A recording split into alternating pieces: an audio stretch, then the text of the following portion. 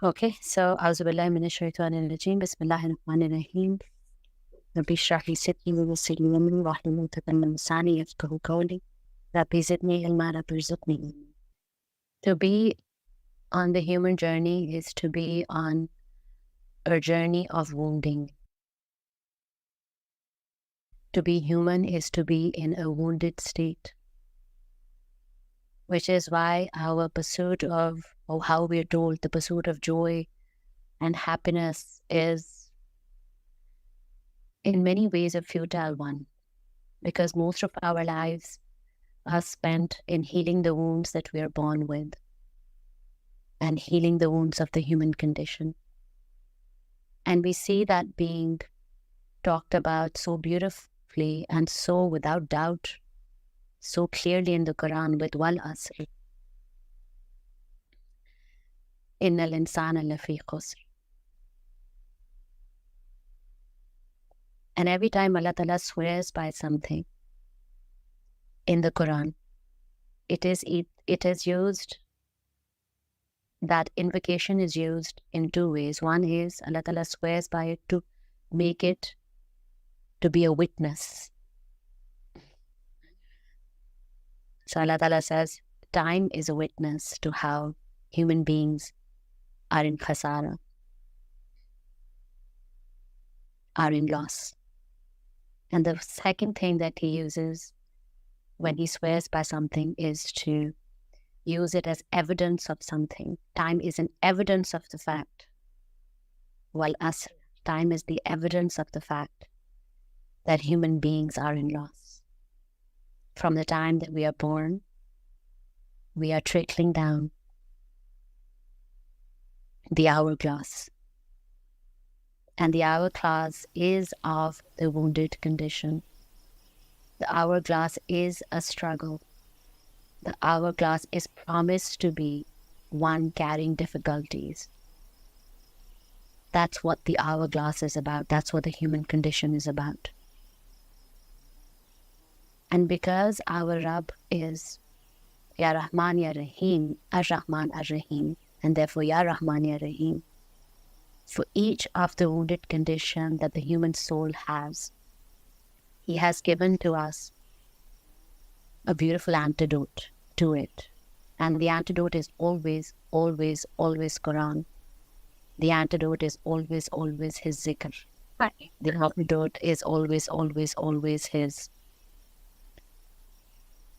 hikmat that he has laid out in the Quran.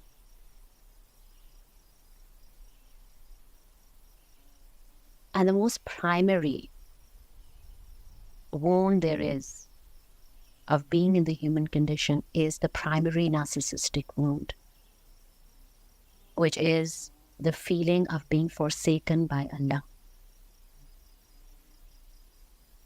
The feeling of, I am alone here. Where are you, my Khalik? Where are you, Ya Rab? Where are you, my Malik?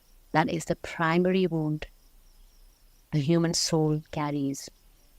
And it's called the primary narcissistic wound because it is the illusion of separation from our Creator. And because we are all carrying that primary narcissistic wound. Now, why is it called narcissistic? Because we choose to identify with the loneliness, or we choose to identify with that wound, as opposed to look at the potential to alchemize that wound into union with your Rabb. You see, all wounds exist not because they're a fact, but all wounds exist as a potential of alchemy. That is the most stunning rahmah Allah Ta'ala has bestowed upon us, upon humans, upon His Khalifa, which is everything that's been given to us that hurts our soul is in fact, that very thing is in fact the potential of alchemy. How do we use this wound? How do we use this hurt? How do we use this pain to alchemize it too, from a sense of loneliness to a sense of union? from a sense of separation to a sense of oneness, from a sense of being deserted and being abandoned to a sense of being beautifully, completely supported and completely taken care of under his wing, in his womb, in his Rahman. But this primary narcissistic wound that we have, if we choose to identify with it, that's when it becomes narcissistic, is layered on by another wound, which is the secondary narcissistic wound. Because we're born with this primal sense of loneliness and dissociation from our Khalik, from our Creator, because we're born with that, we inevitably encounter it. Some souls more than others. We inevitably encounter it within our families, by our parents, within our familial structures, within our society, within our cultures. And the secondary narcissistic wound is the one that first needs to be alchemized so that we can access the primary narcissistic wound. And the secondary narcissistic wound is the most vulnerable, is the most delicate, is the most raw. Think of it as a lothara of raw flesh, which is bleeding. It does not have a crust on it. It's an open, fresh wound. This secondary narcissistic wound is an open, fresh wound. And what is it? In simple terms, you call it the inner child wound, but even more deeper, what is it? Shame, rejection from our parents, from our societies, from our culture, from the people that we love and trust. Rejection because they cannot see us, because they do not hear us. And because we see them as children in their wounded state, we do not have the resources at that time to heal them. And so the shame that comes and not being able to be seen. Am I doing something wrong that my parents do not see this hurting part of me, do not see why I'm acting the way that I'm acting, that you're only choosing to focus on the what of my action or the why of my action? Such shame that comes with it. I must be doing something wrong. I am the one carrying the defect. I am the one at fault. I am broken. I must not be emitting enough light. That my own parents cannot see me. I'm standing right here and they cannot see the soul of me. The shame that comes with it. I must be deep shame, deep vulnerability. And then in other moments, when we become the observers of our caretakers, observer of our family structures, and we see how they're operating from the same place of shame. And it's like, what can I do to help them? What can I do to fix it? And the deep sense of shame that comes with, you cannot help them. You cannot heal your mother. You cannot heal your father. You cannot heal your brother. You cannot heal your sister. You cannot heal your siblings. You cannot heal anybody. This deep sense of not being good enough, not being good enough, not being lit enough, not being enough to be able to heal the wounds that you're carrying and to be able to heal the wounds that your parents are carrying.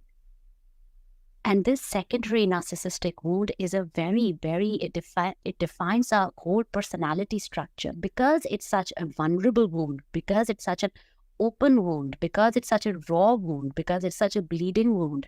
We create shells to cover that wound, and all the self-defense mechanisms, all of them stem from this deep sense of shame that we carry as little kids, as children, of not being able to heal ourselves. And so all the personality structures that we develop, we call them, he's a narcissist or she's a narcissist, and a control power manipulator, a control freak, a person who does all the defense mechanism, a liar, an abuser, all the control mechanisms, the strongest of them stem from the secondary narcissistic wound. Because it's a deep sense of failure that we're carrying, and my God, we will do anything to hide that wound from being seen by people. And so we become aggressive, so we become hard, so we build shells upon shells upon shells upon our wound. And the more shells we build, the harder it becomes. And the harder it becomes, the harder we become. The more we get into the frequency of feeling even more less by doing so much more. So the higher you go on the human ladder, The more successful you are, the more perfect you are, the more accomplished you are, the more complete you are as in the human eyes, the more wounded you are. The more composed you are, the more wounded you are inside, because you have built a lifetime of shells upon that wound. And those shells are now beautifully crafted, very well polished, stunningly laid out, encrusted with diamonds and designer stuff, and our homes and our children's degrees and our own degrees and our own accomplishments. They're just encrusted, engraved with all of that. उसके अंदर क्या है, उसके नीचे क्या है? एक गोश्त का लोथड़ा है जिसमें से खून निकल रहा है. And it is so raw, it is so vulnerable, that wound, that ordinary things, ordinary tools, ordinary ways to approach that wound are simply not possible. Words are simply not possible, simply not enough. Actions are simply not possible. Actions are simply not enough. And so people who are carrying the strongest, the deepest of those wounds are the most, by the way, physically aggressive people, verbally abusive people, physically abusive people. And some of them end up committing suicide. That's how deeply vulnerable this wound is, because we are developing strategies to protect this wound. And so when we are carrying that wound as children, what is actually happening is that we are becoming wounded in the Rafa. Now, what is Rafa? Beautiful. It is the inner peace, which is our divine gift. The qalb at rest, which is our divine gift. We become wounded in that layer of the nafs, in that part of the qalb. There is a rift, there is a fitna. There is a fitna in that bed of peace which has been placed by Ar-Rahman within us as his gift to us. There is fitna in that Rafa, in a child, as a child. And so the rest of our lives look like us dealing with that fitna. And fitna, again, such a beautiful word. Fitna is a disruption. In what? In the natural divine state of being. Yes, it is a tear, but it's a disruption in the divine bed of being. But because all wounds are potentials for alchemy, fitna is also used, subhanallah, the root word for fitna is also used for preparing a sword. Subhanallah, the processes that the sword goes through while we're creating in sword making are called fitna. How we carve the blade, how it's tempered in heat, how then it's plunged in cold water. The processes, the hard parts, the difficulties that the blade steel goes through for it to emerge as a sword is fitna, is at the root of fitna. It's the root word for fitna, subhanallah. And yes, so fitna, of course, is a tear in the divine scheme, but fitna is also, in its alchemized version, the potential for you to come out as a sword, subhanallah. And to be able to understand how this fitna manifests itself in Rafa, which is the wounded place of the soul. There are three different kinds of fitna. There is one which comes from Allah. And remember, in all of these fitnas, we are keeping in context of the fact that it is never without a purpose, because the root word of fitna is for us to emerge as a sword. So it's never without a purpose, never without a purpose. It's never zalim. It's never mean. It's never unjust. Subhanallah, as we stand witness, never, subhanallah. So the first type of fitna is the fitna from Allah. The second one is the fitna from people. And the third one is the fitna from self, the fitna from nafs. You see? So the fitna from Allah, the divine decree, kismat part of it. How our lives are designed, some circumstance, the families that we're born into, some paths that we are bound to walk upon. All those paths of fitna from Allah, of health, of wealth, of children, of parents, of partners, of the mind, of the heart, of fitna from Allah, it's designed for us to emerge as a sword. And that's the kismat part of it. But then there is a fitna from people, which is how people are designed. They are sent to our lives to teach us more about who we are and more about the wounds that we want to release and more about the potential that we're carrying within ourselves to be alchemized into Abdullah. But that fitna is not from Allah. The fitna from people is not the fitna of Allah. The fitna of people stems from their own wounded nerves. Their own wounded nerves. That is not a fitna from Allah. And yesterday, subhanallah, I was just watching this video of Palestine. And there is a right or wrong, but it feels like the right, like it feels that there is some element of truth to it. That there was a dance party happening inside a masjid. And in that moment, yes, it is a fitna from Allah. It is not, it's a fitna from people. It's not a fitna from Allah. But in that moment, because they are acting from a place of who they are, of their ancestral wounds and of their own wounds, and they're continuing to act from it. But where do I act from? And so that's where my fitna of nafs come in. Either I hate them and I reject them, or I make dua from them, for them. Ek wo Hazrat Hamza bhi jo the na, who was a sworn enemy of Allah. The sworn enemy. And subhanallah, who he was enabled to become. How Allah turned his heart, and may Allah enable us to not act from a place of the fitna of ourselves when we are looking at people of fitna. And may Allah enable us to make dua for people of fitna. कि या अल्लाह अगर वो ये जुल्म फैला रहे हैं और जुल्म कर रहे हैं तो आप उनके दिलों को मोड़ दो. Give us Hamza from them, from within them. Give us those people who would rise from them, from Zionism. Rise up as your Abd, in your Noor, in your Rahmah. And in this moment, when people are acting from a place of fitna, it is only about those people. It is only about their own responsibility. It is only about their relationship with their Rabb and how far away they are from it.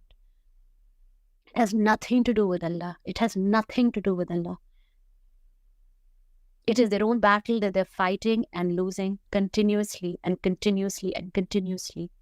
But for our fights, for our battles, which are fitna of the nafs, if we can stand there and pray for them, Ya Allah, make the zalim to be the protectors of our people.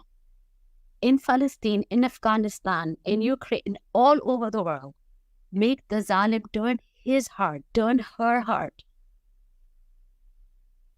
Turn her heart. And that's when we choose to not act from a place of fitna of the self. Because at the core of us, the origin is one. The origin is Allah. And then we lose our way. और फिर हम लोग भटक जाते हैं. और फिर हम लोग शॉर्टकट्स में निकल जाते हैं. फिर हम लोग हाईवेज पे निकल जाते हैं. फिर हम लोग ग्लिटरी शोज में घूम जाते हैं. और फिर हमें लोग बहुत अच्छे लगना शुरू हो जाते हैं. फिर दुनिया बहुत प्यारी लगना शुरू हो जाती है. फिर हम लोग खसारे में आ जाते हैं. बट हमारा कोर तो एक है ना. हमारा रब तो एक है ना. तो अगर हमारे नफ्स में एक फितना है जो कह रहा है कि हाँ वो जालिम है, बट या अल्लाह आप रहमान हो, एंड आपका रहम is always big, always bigger than all the zulm in the whole entire universe. It cannot be, because you are Subhan. And so when we allow ourselves to release the shells that we have built around the secondary narcissistic wound of Rafi, जो हमारे Rafe के अंदर जो फितना है, जब हम लोग अपने आप को अलाउ करते हैं to allow ourselves to access it, then the vulnerability with which we can approach the human condition, not just our own,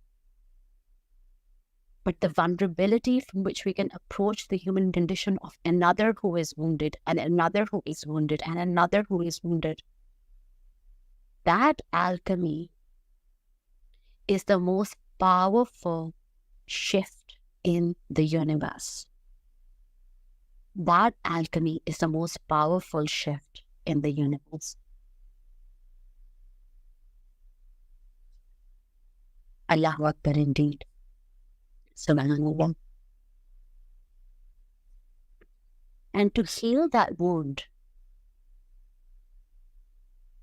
I'm going to give a minute, please, for the azan.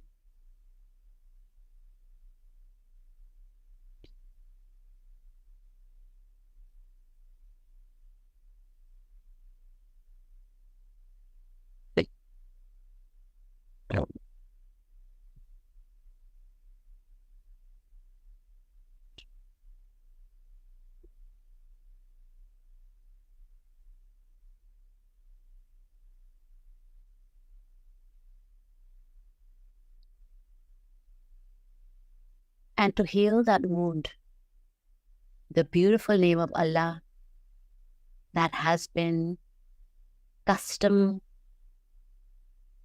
bestowed upon us is Ya Rauf. It's Ya Rauf. And Ya Rauf, Ya Raheem are used together in most places in Quran. To understand the nature of Ya Rauf, feel into the essence of it.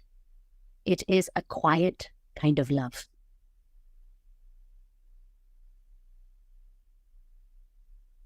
It is a gentle kind of love.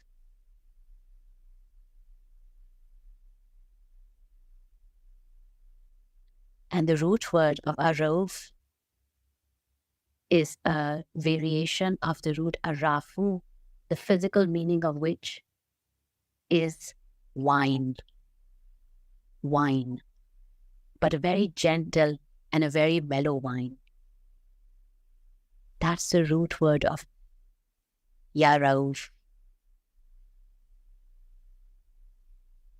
And it is especially designed because it's so beautifully synced in with the divine salamati of Allah, with the divine peace of Allah. It is especially designed to be activated in the midst of suffering, in the midst of difficulties, in the midst of trials, in the midst of fitna. Because you know what? Another meaning of Rauf is, subhanallah, to be able to extract or bring forth, like Allah Ta'ala extracts light from the darkness, subhanallah. A process of extraction is Ya Rauf. Another meaning of Ya Rauf. Extract, to bring forth, like in Allah Ta'ala, in Quran, Allah Ta'ala says that Allah Ta'ala brings out the light extracts the light from the darkness. And that's why the nature of Ya Rauf is so deep. It's so deep. Think of it as a sui, as a needle, which is first of all because you see, energetically feel into the nature of the secondary narcissistic wound, जहाँ पे आपकी आपकी Rafa जो है उसमें फितना है, वो एक open flesh wound है. It is the most delicate, vulnerable wound there is. And to be able to go inside that wound, to be able to heal that wound, we cannot even use an ointment, which is Ya Rahman. We cannot even use an ointment that is Ya Wadud. We cannot even use an ointment which is Ya Latif, Ya Halim. Those are ointments, those are strong frequency words, strong.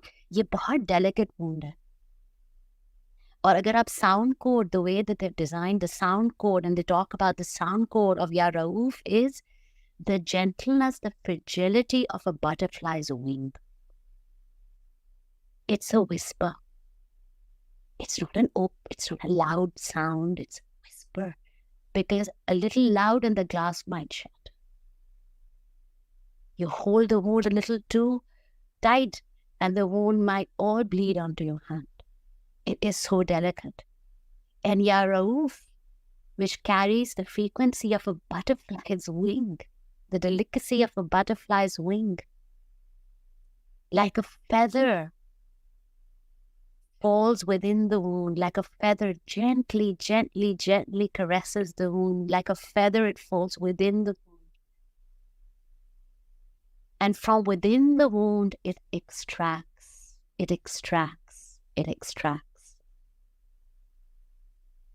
the darkness, or it extracts the light. If the wound is this open flesh well, and we're going inside the well by reciting Ya Rauf, when you're going inside the well of a dark open flesh, what you're looking for is the speck of light which lies at the bottom, and Ya Rauf enables us to be feathered as we travel down to the bottom of that wound well and extract the light that is our divine birthright, and we bring it up with such delicacy, because वो दीवारों को भी नहीं लग सकती है, वो बहुत fragile है, उसको हम लोग या रूफ पढ़ के, because Ya Rauf extracts light from the darkness, उसको हम लोग आहिस्ता ऊपर लेकर आते हैं. That is what Ya Rauf is, to be able to extract or bring forth. And the other thing about Ya Rauf is like At-Tawwab, Ya Rauf is never once. It is not passive. ये नहीं है कि एक दफा Ya Rauf, now feel into the rhythm of Ya Rauf. It is not as if you have just deep dove into the well once, you extracted the light once. It'll do so over and over like a flutter of a butterfly's wing. It will not flutter once. It will flutter and flutter. It is never passive. It'll flutter forever, as long as it takes, till eternity, as long as your breath lasts, it'll flutter to bring out your light, to continue to bring out your light from the well of your wound. And it's an inner work wound and an inner work healing. But what it enables us to do, which is why it's not passive, is that it enables us to approach hard people. Subhanallah, because we have been enabled to go through our own hardness, to approach and access our own vulnerability. Ya Rauf, as it begins to bring out as a butterfly wing our light again and again, it enables us, that same butterfly light, to penetrate into the delicate wound of hard people. So recitation of Ya Rauf penetrates through, because it is feather which does not recognize steel. It does not recognize the shells that hard people have built around their hearts, because it does not recognize aggressors. It does not recognize their defense mechanisms. It does not recognize any of the actions, any of the behaviors, any of the zulm that they have done. It recognizes nothing. It only seeks. It is so pointed. It only seeks the wound. And so it penetrates through all the shells of the hard people, and it speaks directly. Ya Rauf penetrates deeply and speaks directly to the wound of the hard people. And so it is never passive. As we bring out our own light, it enables us to make dua. Make dua is what Ya Rauf penetrate the wound of hard people. It is especially used, especially meant to be invoked when we find ourselves to be surrounded by hard people. It is meant to heal our own secondary narcissistic wound and is meant to heal the wounds of others we are surrounded by. Ya Rauf. It is never passive. It is never passive. And so a Rauf is particularly recommended when hostility is focused directly at you, aggressive hostility that causes you mental pain, proper traumas, proper traumas. And so a Rauf is that subtle, quiet love. You feel it? The subtle, quiet love that says, no, I will not see your words. I will not see your actions. I will see instead the wound of you, and I will speak to the wound of you. So my Rafa will speak to your Raf. It has the power to break down stones to water. Ya Rauf. Break down our own stones and the stones that other hard people are carrying into water. Ya Rauf. Because it is designed for us to survive the tragedy and the loss of the human condition.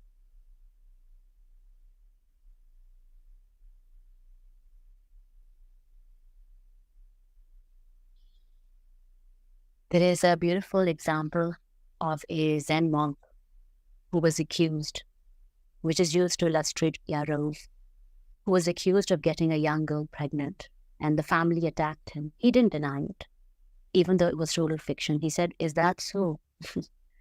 They then forced him to take the child and raise it, which he did. And years later, they found out the truth and they tried to apologize to him. Ya Rauf tried to apologize to him. He didn't react to that either, but again responded, is that so? He just would not. His Rafa was in a state of total submission and total peace. There is no way he would allow himself to not speak to the wound of those people. So it does not just, Ya Rauf does not just enable us to deal with the outward stuff, but also to go to the inner heart of the person who's directing all of that hostility. It's a quiet love communication. And it touches the deepest wounds there are, the deepest wounds. And I love what they say about Ya Rauf. It's like it is even more subtle than compassion. Compassion still has a form to it. It still has a density to it. Ya Rauf is gentler than a butterfly's wing. It is a gentle perfume, is how they describe it. Subhanallah.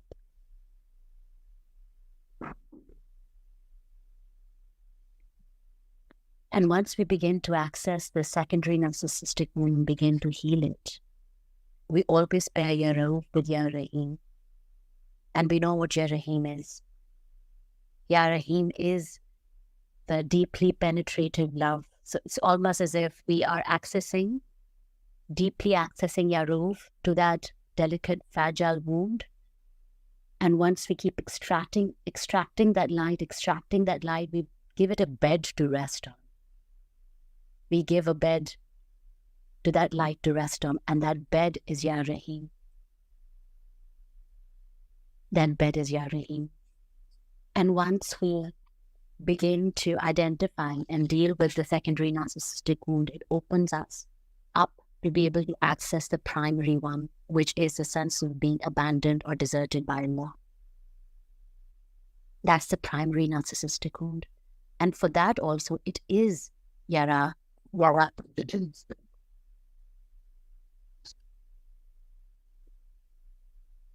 For that too, it is Ya Rauf. But without accessing the secondary one of shame and guilt and vulnerability, we're not going to be able to access the primary one, which is us being away, feeling that we are away from Allah. And why Ya Raheem? Because when we feel that we've been abandoned by Him, deserted by Him, we feel that we're away from His Rahmah. Ya Raheem invites us to remember, which is what Allah Ta'ala says in the Quran, God has written on His own heart, Rahmah. Katabul ala nafsi Rahmah. On His own heart, He's written Rahman. And so we give our wound a bed to rest on, and that is Raheem. Because it's easy for us, right? It's easy when our fitnas are created by our nafs, or fitnas which are created by people, both of them secondary narcissistic wounds. We have a tendency to say, Allah Ta'ala, chalo, ye to log hai. Chalo, ye to insan hai.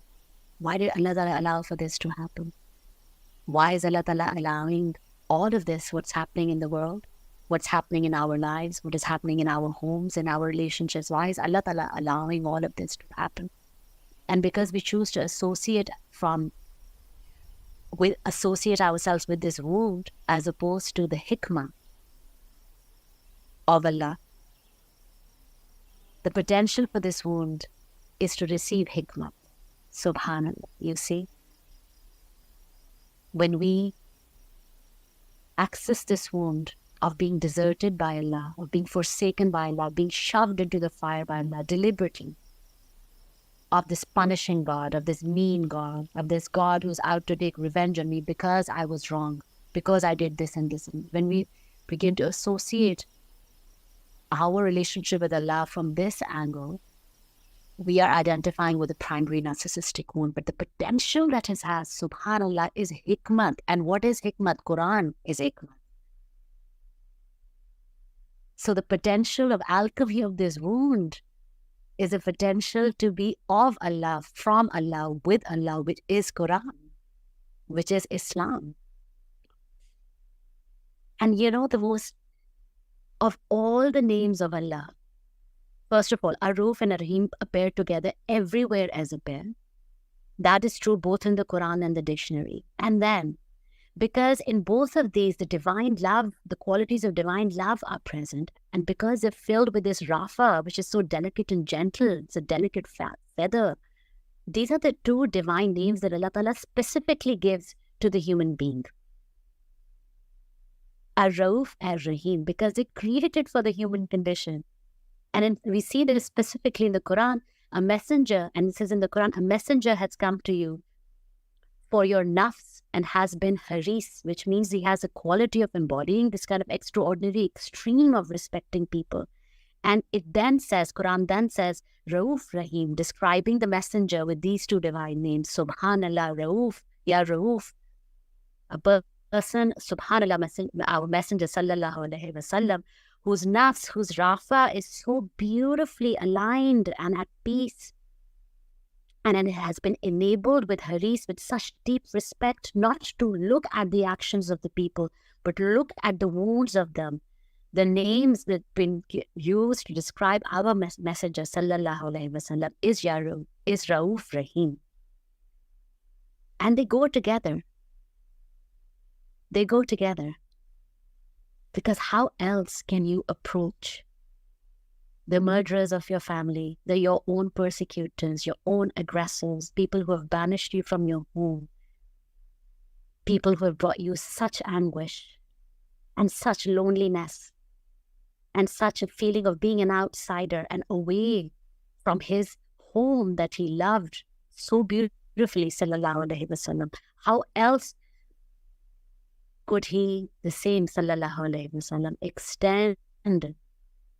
It's not even compassion, it's deeper. That respect when he conquered Makkah to the people of Makkah. Subhanallah. How he just ignored and forgave and forgave and forgave and forgave and forgave and forgave.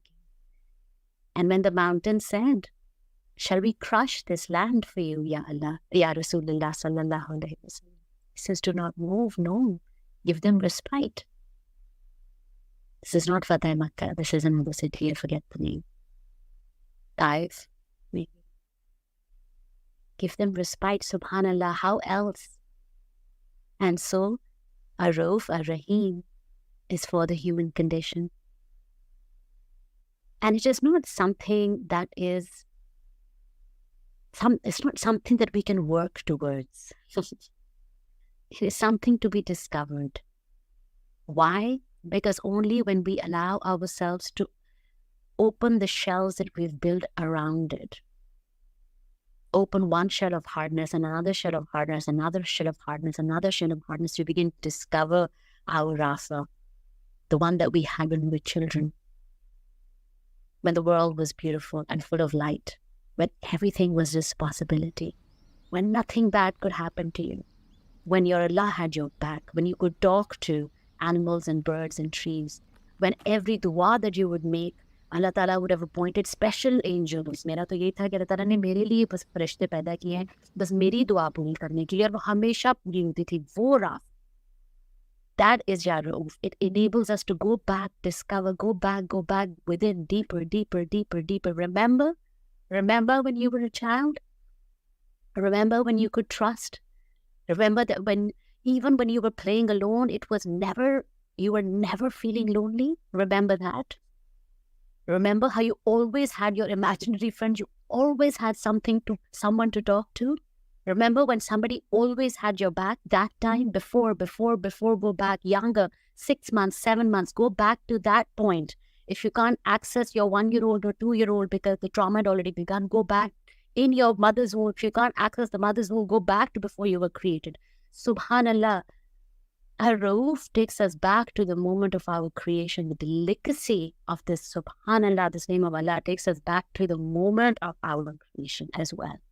If we do not have any access points in this human condition to remember what love feels like, recite Ya Rauf and Ya Raheem together, Ya Rauf, Ya Raheem.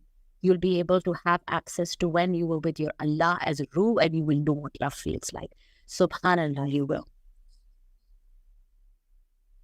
And so Ya Rauf addresses the wound that we have received from humanity. And Ya Raheem helps us address the wound that we feel we've been carrying in our awareness from Allah, in our far awareness from Allah. But no, both of the words, Ya Rauf, Ya Raheem, help us alchemize back to union with Allah. Back to understanding that everything, the family that we're born into, the circumstances that we go through have a beautiful hikmah, custom designed for you to go back to Rafa. There is no other way. And so we do not understand the purpose of people who lead difficult lives, of the people of Palestine, of the people of the world, of the people of earlier, so many calamities which have ever come. We do not ever understand their purpose. And the calamities which beset us in our own lives, we do not understand the purpose. And big tragedies, we do not understand the purpose. But here, Ya Rauf, Ya Raheem, Allah Ta'ala begins to reveal to us the hikmah of those exact events. Not ifs and whens and buts. No, of only those, only through them, not in spite of them, not because of them. No, only through them. Only through them am I being able to access my light. Only through them. Only through that tragedy, only through that circumstance, only through that trauma can I access my light. That is the hikmah that Allah Ta'ala gifts us with when we recite Ya Rauf, Ya Raheem. Because we are then becoming the physicians of our own heart. And we are tending to our wounds with all the time in the universe. Ya Rauf, Ya Raheem, we are singing ourselves the lullabies that perhaps we don't remember being sung to. We are teaching ourselves to sit in a place under the sun with no fear. We're teaching ourselves what that space feels like, even if we've never felt that way with Ya Rauf, Ya Raheem. We're teaching ourselves to trust the ground that we're sitting in. That when we want something, that same ground will burst forth with the fruit that we want. Ya Rauf, Ya Raheem. It teaches us this divine trust in the ground, the bed of our Creator, who is Ya Rahman, Ya Raheem.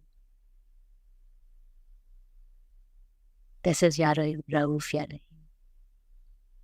And then when we, from this frequency, then when we approach other people in our families, our children, our partners, our parents, our friends, our neighbors, our siblings, the world, the aggressors, whoever we approach from this frequency, what do we see? We see their actions, yes. And what does that enable us to do? Make dua for them. Make dua from them, not from a place of this spiritual superiority. Oh, I'm so cool and you're not, and I'm healed. No, make dua from, hey, the wound in me sees the wound in you.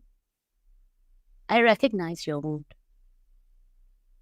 And I am making dua for my wound as I make dua for you, because I'm not separate from you. Ya Rauf Ya Raheem, I'm not separate from you.